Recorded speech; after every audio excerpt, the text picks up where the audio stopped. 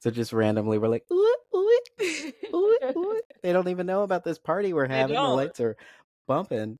Actually, I'm in a house right now where there could be strobe lights. I was asked if I wanted I that. know it's choose your own adventure. I'm choosing like the what are those, like, headphone parties where it's like a Yes, silent silent rave? rave. Yeah. Yeah. I think that's cool. I think somebody should do that. Somebody should plan that. That could be like a dinner on Blanc, and it just takes over the Oh, that'd parkway, be so and fun. everybody's just quietly rocking out. Yes. Yeah. Okay, everybody. Welcome to the Broad Street Review podcast. This is season 10. This is the first episode of season 10. Can you believe it? Can you stand it? It's a scandal. But we're here after a little summer break. We're here because Fringe Arts is ramping up, over 300 shows in the festival this season. And we are all excited. Everybody has their grid planning how many shows they want to go see in a day. It's the only time we allow that to happen. 5 or 6 shows in one day, and it's great. But throughout the rest of the year, I'm so busy. I can't. Yeah, right. Oh, when is your show? Oh, I'm going to be busy that day. But nonetheless, the excitement of Fringe Arts is in the air. Everybody's excited to get sort of ramped up and in the swing of this crazy. And I'm sitting here today with Rayne. Rayne is everything. Super artist extraordinaire, playwright, deviser, actor. What else? Director? Director. I do direct. Costume design too. Yeah. Slay artist? Slay artist. Yeah. Well, just make them up Magician. because I like that too. Slay artist. Crocheter, cat extraordinaire, whisperer. I don't know. All right. Don't sleep on that crocheter though. Oh yeah.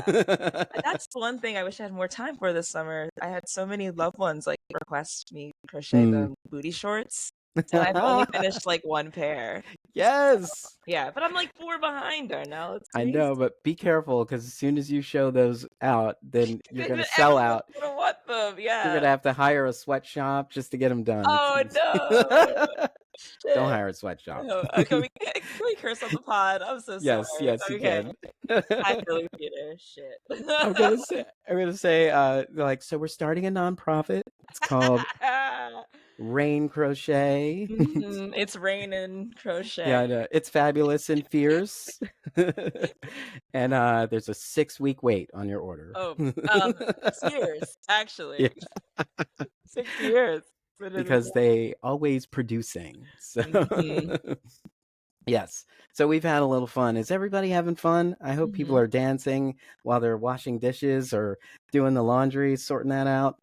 Some vacuuming with the volume up high. That's great. I see you. I see you right there on your Saturday. That's great. But we're here to talk about a reading. We're here to talk about a piece that you're developing right now, and it's had a little bit of feedback from the audience, and now you're ready with some new versions. And so let's so tell us about it. Yeah. Well, actually, tell us about it. We'll talk about what you've been up to a little later. Sure. Yeah. The play is called New Heaven, New Earth. It is an adaptation of Shakespeare's Antony and Cleopatra. I had this idea for this play in particular back in August of last year. So we're filming this in August. So about a year ago, I sat down with Seamus, and I brought it to him because I really wanted to investigate the contention around Cleopatra as like a historical figure, but also I wanted to unpack why there were so many like Black Cleopatras that I knew in my life.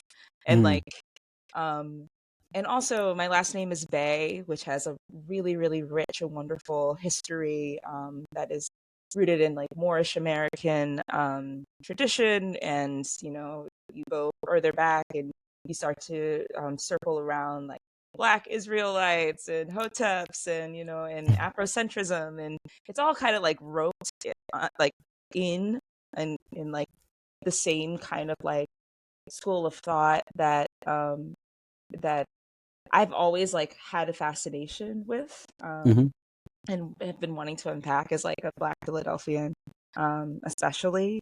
And so I wanted to unpack like why folks are so up in arms about the idea of a Black Cleopatra, what Afrocentrism and and like the many schools of thought within Black radical tradition, what that actually is talking about when we talk about like Black American identity and Egypt as a country, and also Egypt as an ancient civilization, and what like the reclamation of like who built the pyramids actually like means to the interiorities of Black folk.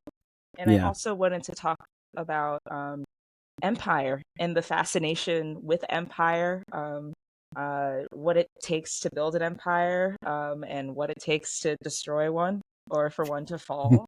It felt very pertinent to me.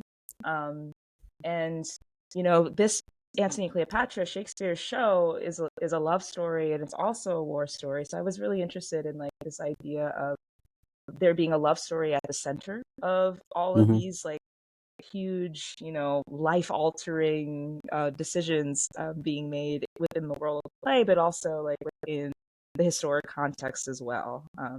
Many people don't know this, or like to selectively forget about it. But like Shakespeare was also an artist, and his Antony and Cleopatra is also a revision of the history. And so, so when I chose New Heaven, New Earth, like that is pulled directly from the Christian Bible. The Bible was not something that was introduced to Egypt, Rome, for hundreds of years after the fall of the empire. So it's like in a popular way. So I chose that title to sort of like signal back to people that like Shakespeare too was thinking about Mark Antony and Cleopatra as like, you know, figures of history, but also as like figures of intrigue. And yeah, so all of that. And I sat down, I remember that conversation with Seamus, and why Antony and Cleopatra, because Shakespeare and Clark Park is an organization that I worked with in so many different capacities and had to be a Shakespeare show. I was really interested in like breaking open what an adaptation could mean. And in the first iteration of this play in Philly Theater Week, it was about 40% of Shakespeare's language, 60% original, and I completely deconstructed and rewrote the ending to be very, you know, have an original idea and thrust. And so now, like, the gloves are off and I get to do whatever I want. I fulfilled the contract of the commission, and I'm able to like, all right, let's really break this thing open and have some fun through Cannonball and the PTC text and dramaturgy cohort. So yeah, it's very different. It's very different. Very excited about it. Yeah, it's so interesting because I was thinking about last season Quintessence Theater Group did Antony and Cleopatra. Yes, I saw that production. Yeah, and Cleopatra was a Black woman. Yes, yeah, and she did a fabulous job too. I've never necessarily given it deep thought, but I always thought that juxtaposition was a conversation of power and the assumption of power. And you know, when you walk out of the performance, you kind of have a question in your head, like, was that love or was that control or was that power? Yeah. And you know, was it real? And so there's many moments where they're just like, well, it's like both sides of their brain are trying to move them forward, and there's conflict, of course, and then everyone else on both sides just feeding their brains, you know, on top of how they feel about each other. Right. It's it is. I never really thought about how complex the piece is. But yeah, I mean, everything you said about like why this piece was already getting my gears going, saying like, oh my God, yeah. You know, I'm just looking at it going, this is beautiful, stunning, you know, like I just, you know, Cleopatra's portrayed as like just being, everybody can't take their eyes off him. Yeah. And she gets it, and even in her, like, even in the historical record,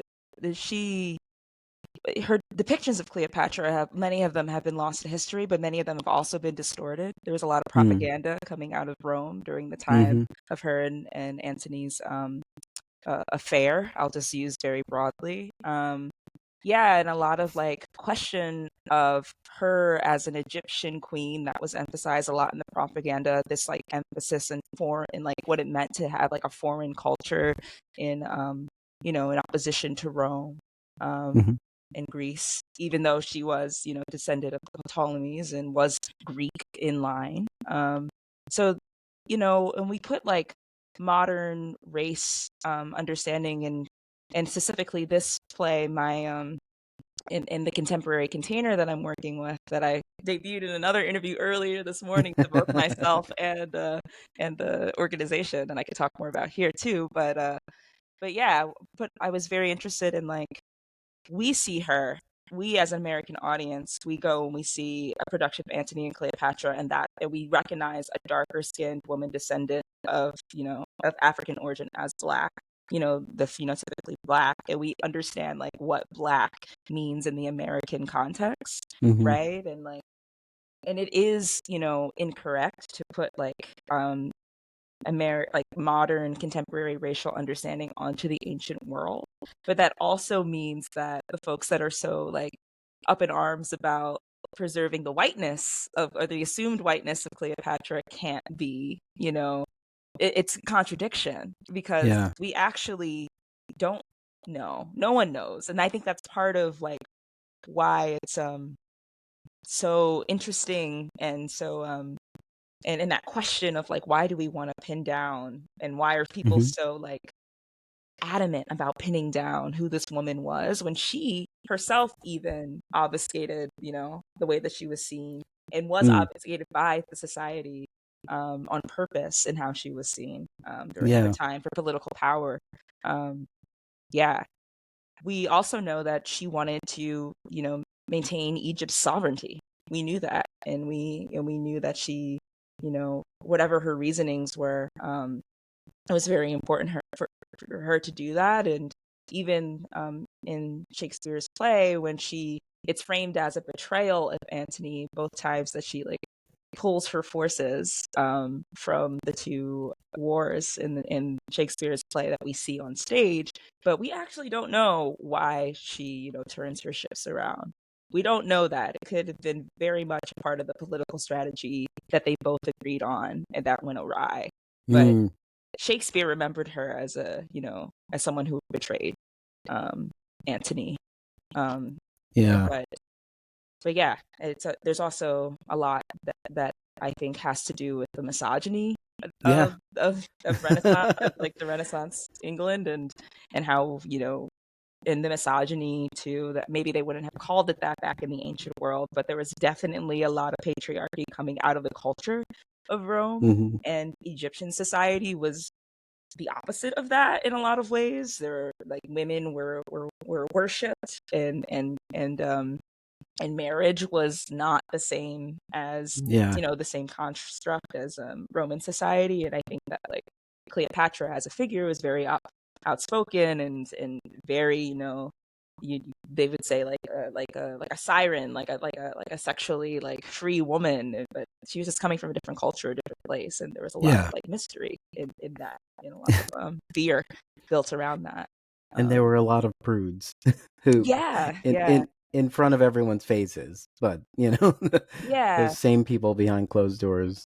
But that's the thing, though. Like, Roman men were like bathing in public together and openly like having. So like, it's just like, I mean, there's contradictions in every point of time in history, and how we remember people was also a big part of why I wanted to, investigate this play. Yeah. So in my like contemporary context, and like answering the question of like, why Antony and Cleopatra, why now?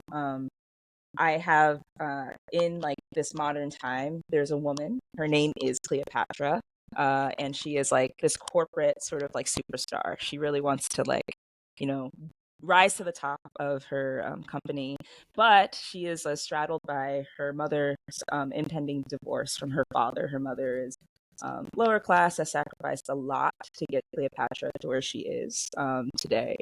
And Cleopatra feels a very, very, very strong pull to take care of her mother, and in the unhealthy way of like, I want to give my mother a better life. I want to rescue her from her situation.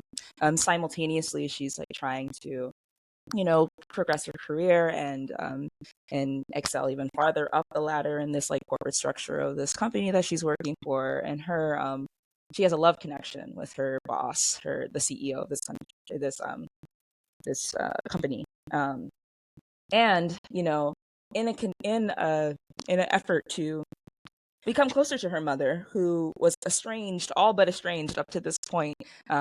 Cleopatra is asking herself for the first time, why am I named Cleopatra? And so she goes and she decides to read Antony and Cleopatra because she feels that like that's the easiest way to sort of like get an idea of like who this woman was. She's very interested in like why Black people are so obsessed with this idea of a Black Cleopatra, and she wants to take a shortcut and she reads the Shakespeare play. So in the time that she's like stealing away from her very real conflict in her office, outside of the office, in her affair with her boss, and a scandal that occurs in the world, in her world, in her reality, she is simultaneously digesting Shakespeare and seeing herself and her co-workers and her lovers through the eyes of these characters. And it's very, very cool. I'm very excited about this idea. It's sort of all unlocked for me within like the last week or two. After doing so much reading this summer on all of the things, maybe too many things, because I really came out of Philly Theater Week thinking, okay, everyone loved this version of the script. This is also the safest version of the script I could ever write, right? And like, I really wanted to give myself permission to really just go as far as I wanted in making the show as wholly original as possible, and still, the challenge of what would it mean to use Shakespeare's language? What would it mean to actually like have an opinion on Shakespeare within the play and have it make sense, and not have it not be a show about someone doing a show that is Antony and Cleopatra, which to me feels like another safe way of doing an adaptation. So I was really interested in the psychology of Black folk, the psychology of like sedity Black folk in class, and like what it means to also discover that a system in an institution actually is not working for you and for the people that you want to, hold dear in this world, and what it means to maybe literally burn down that system, and then what happens after, right? Because I think that part of my charge as a playwright especially is to envision the world that we may not live to see, and to really just like leave the audience with an opinion. I've been kind of like exhausted by the idea and then the very real thing that I think is very hip right now that I want to challenge myself to work through, which is like leaving the audience with more questions, like and like ending on a question. I want to try to answer that question with this play, and then have people disagree, or have people agree, or have people fall somewhere on the spectrum. But I want to tell a clear, focused story through our modern Cleopatra, who is envisioning herself as the ancient Cleopatra, and through all of her, friends, lovers, enemies, and co-workers. Which, in this story, New Heaven, New Earth. First of all, thank you. I love that you broke it down the way you did. Because it's like it's all food for thought. It's like I'm telling the story. I'm just giving you a viewpoint to think about when you walk away. Like, I'm going to bookend this, but it's not over. How did you feel about how this ended? What does it make you think about now? And this is why the classics are so timeless, because we keep comparing them to present day. We're looking at what were they trying to say then, and does it still resonate today? And what is the response today? Right. To the questions they were asking back then. And I love how you've modernized it and allowed them to go back to the text to make sense of their present, and I just think that's a great way to sort of bring it all back around. And especially I can imagine for people who already know the original story to get that layer presented to them like that. Wow. So what I was thinking about when you said it got really great feedback in April, Do you feel a sense of obligation to the response of early audiences? Like if someone says like, "Oh my God, that was great. Don't change a thing," and you already know you have several changes in the works, right? Does it make you rethink things if somebody is fallen all over something you're about to, lift from this story? Maybe you'll use it somewhere else, but it's just like it's not where I want the story to go, even though that was a great moment. Yeah, that's a great question. It depends on where I'm at in the process of the development of the thing. Back in April, that was literally the first time I was ever hearing it out loud, that version of the script. So in my head, it was like not even like the first draft, it was like draft 0.5. And if you think about like from the time of being commissioned so generously, like end of August to April, I'm learning that I'm actually quite a luxuriously slow, sort of meditative, ruminating kind of playwright. And so for me, that was extremely fast in terms of like the turnaround and like really figuring out a strong idea and direction forward for whatever this iteration of this piece would be.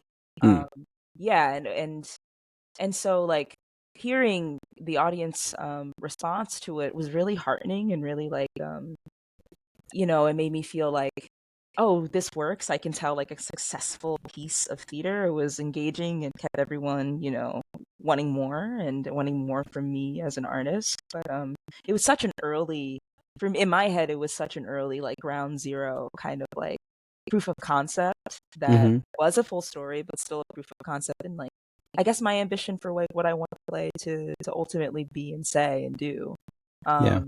So yeah, I listen what I hear. I think that like affirmation is great, and also it depends on the project. But with New Heaven, New Earth, I knew that I wanted to really break open the thing once I had the opportunity to, and felt like I had the opportunity to in a way that was like not just catering to a specific audience. And I love Shakespeare and Clark Hart, but you've seen Clark Hart in the bowl. It's very different than even the direction, the beautiful direction Seamus is taking some of the shows on tour and now indoors. They did a Christmas show last year, which is very exciting. And so go ahead. And you have to take it with a grain of salt too. Yes, they may just be responding to the fact that they were entertained, that everything lined up for them tonight, and this was a great bookend. And also, you're paying attention to everything during the process too. If you're in the space, right, you're taking in everyone's responses, but you're also taking in how these lines have been delivered and whether any lines were missed, and like, did your true message come through? Or sometimes people are just so willing to support something that you can't really count on their response, because it can come from anywhere, but you just have to take it all in and kind of like like I said, a grain of salt. You take it all in and say, what am I thinking? And what is this response? Does this response change what I'm thinking? Yeah, for sure. And I think that like, I was literally hiding and listening. I was like on my back in the booth upstairs in the theater of Christchurch, and and like listening to the play happen around me. It was magical and disorienting and all of the things. But I think that but ultimately, as a theater artist, you are writing for people. You're writing for that everyday person that may not, go to see the shows all the time, but want to be entertained. Simply, you may be writing for, and in that way, you can't write for everyone. And I think that, like, especially as I grow as a playwright, I am more specific about the kind of audience that I want to write for. But ultimately, if this show is for Black, my mission statement is to center to tell stories of transformation that center Black folk. So my shows aim to center Black folk, and there are audiences that don't want to see that work. But one thing that they won't be able to say about my show is that it wasn't entertaining. And so like that's sort of like where I'm at. I'm also like very, very, I love feedback as a playwright. I think it's coming from my background as an actor. I love directors. I think that directors are some of like the smartest people in the world. My partner's a director, a very good one. Shout out to Ryan. But like, yeah, I love, especially when theater artists get in the room and really do like the nice, meaty, juicy thing of like, what is this line doing? Or like, do we need this scene? Can we mix it up and do so? That's also my devising sort of like impulse of like, let's break it open or like create something from nothing. So that's the feedback that I ultimately listened to early on, but like 7 drafts in, and the next reading that happens is leading to a production, then I want to know if the audience is responding. And there's of course there's usually and hopefully checkpoints along the way, so I'm not just like writing blind and in our little inside baseball sort of like theater rehearsal rooms. But yeah, I walked away from April really excited to grow the piece, in a direction that I don't think anyone would have expected. I certainly didn't 2 weeks ago when I was like, aha, this is what it means, and this is what I'm going to try next. Yeah. With it. Before we go today, you have to talk about your cast. Oh my gosh. Wonderful cast. Jeez. Many of the original cast is returning. We've got Wilma Hothouse members, we've got Ross, we've got Kishia, who is also Wilma Hothouse and a really dear friend of mine. We've got Catherine Terry, we've got Dante Bertelli, who was in A Bottom Stream with me, if you remember, if you saw that show. We've also got Karen Smith on drums. This is I think the 3rd time Karen and I have collaborated closely on a project. She's amazing. Recent Q Fellow last year, too. Shout out to Karen. We've also got Adam Howard, who is a beautiful actor who I've also had the pleasure of working with a few times in varying capacities. Let's see. Last time I was asked this question, I forgot Ross, which was very... or I forgot, yeah. So let me just make sure I have everyone on the list. I've been in playwright brain and not producerial brain. Ross is so wonderful. Ross is amazing. Ross is literally our Marc Antony, and that just shows you how in my own like brain world I've been trying to do these edits. Yeah. I feel like playwriting is such a solitary art form up to a point, and then suddenly you're like, whoa, there's people, and they're filling my world, and and they're watching my world on stage live, and I have no control. Yeah, but I've got everyone. So just reiterating: Kishia Nixon, Ross Belcher, Adam Howard, Starfire. I forgot Starfire. Starfire. Dante Bertelli, Catherine Perry, and then Seamus is directing. Ernst is our live musician. It's all in the chat with the link to get tickets. Yes. You definitely do that. I wanted to ask you before we leave. What do you need as a storyteller? What do I need to really bring your work to life? Like it could be anything. It could be I need rent covered for 3 months. I need Instacart every 2 days, just coming to my house with everything I want. Anything. Man. Or I mean, like, what kind of things have to be out of the way, or what sort of space do you need time in order to let your ideas shine? I mean, like the easy answer would be like money and time. So like a trust fund, but ultimately, I haven't had that ever. Writing that down. Never will. Trust fund. Trust funds. No, but the next best thing is people.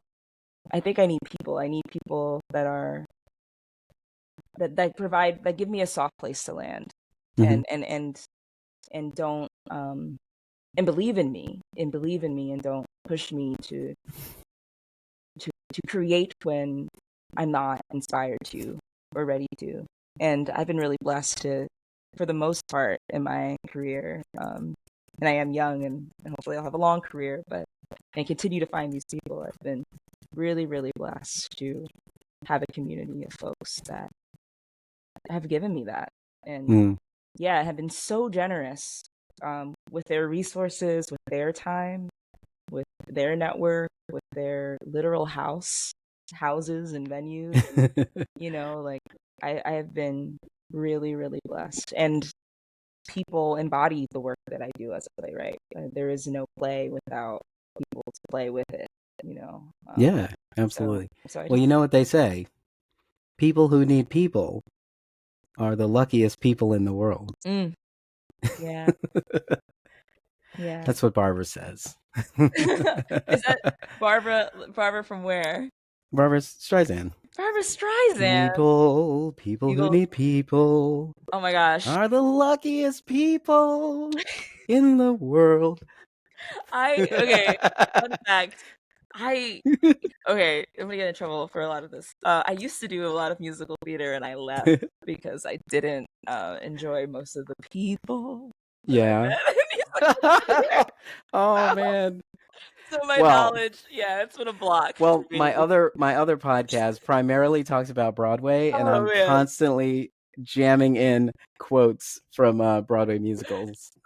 Well, you know, maybe I need to like tackle my trauma head on and just like listen to podcasts religiously. Who knows? Maybe there's a story in that. Oh my gosh! In that resistance, you'll get a call from me.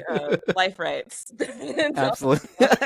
Hey, could you sign this? It's nothing fancy. Just this 90-page document. There's a few initials, a long form. You have to write a paragraph in one spot. You said I needed people. I meant your story. Your life. Please. Let me borrow. Just let me hold it for a minute. Yeah. All right. Well, it's okay. The piece is called New Heaven, New Earth. It's a revisionist history with live music. It's written by Rayne. It's been directed by Seamus and has a wonderful team of artists in our community. Some of them Barrymore nominated. Gosh, yeah. And it's on stage September 1st and the 16th at the Proscenium at the Drake. This is part of Fringe Arts, Philly Fringe Festival. Anything else I missed? Isn't it also, aren't you part of a hub, right? Yeah, I'm a part of the PTC Text and Dramaturgy cohort at Cannonball. There you go. All of our shows. Yeah. It's great. And also, just to let people know, like when you search for tickets for Fringe Arts, you can search by hub. You know, like if you only want to go to certain location because it's near your house, like there's so many. They've broken it down. They've made it so easy for you to pick through 300 shows. And you should definitely scroll through there and look for New Heaven, New Earth, and go get that ticket, be a part of that conversation. And get tickets as plural because theater is more fun with a +1. It's at the Drake. It's at the Drake, yeah. The Proscenium at the Drake. Yeah, so you got that. And thank you. Thank you for chatting with me, unpacking this. And like, you have such a clear view of the story you're trying to tell. And I think that's just wonderful. Thank you for sharing that with us. And it's just exciting that you pulled all these artists together and that Shakespeare in Clark Park presents, allowing this to come forward and find its true place in the conversation. So Rayne, thank you so much. I'm looking forward to this reading. Yeah, I'm looking forward to seeing you there. Thank you so much for talking. All right. So this is the beginning of my Fringe coverage. There will be much more, but this is one of the shows that you should add to your lineup. So go ahead and do that. And we'll catch you soon in the next episode. All right. It's truly been a pleasure chatting with you today. Likewise. Bye, Darnelle.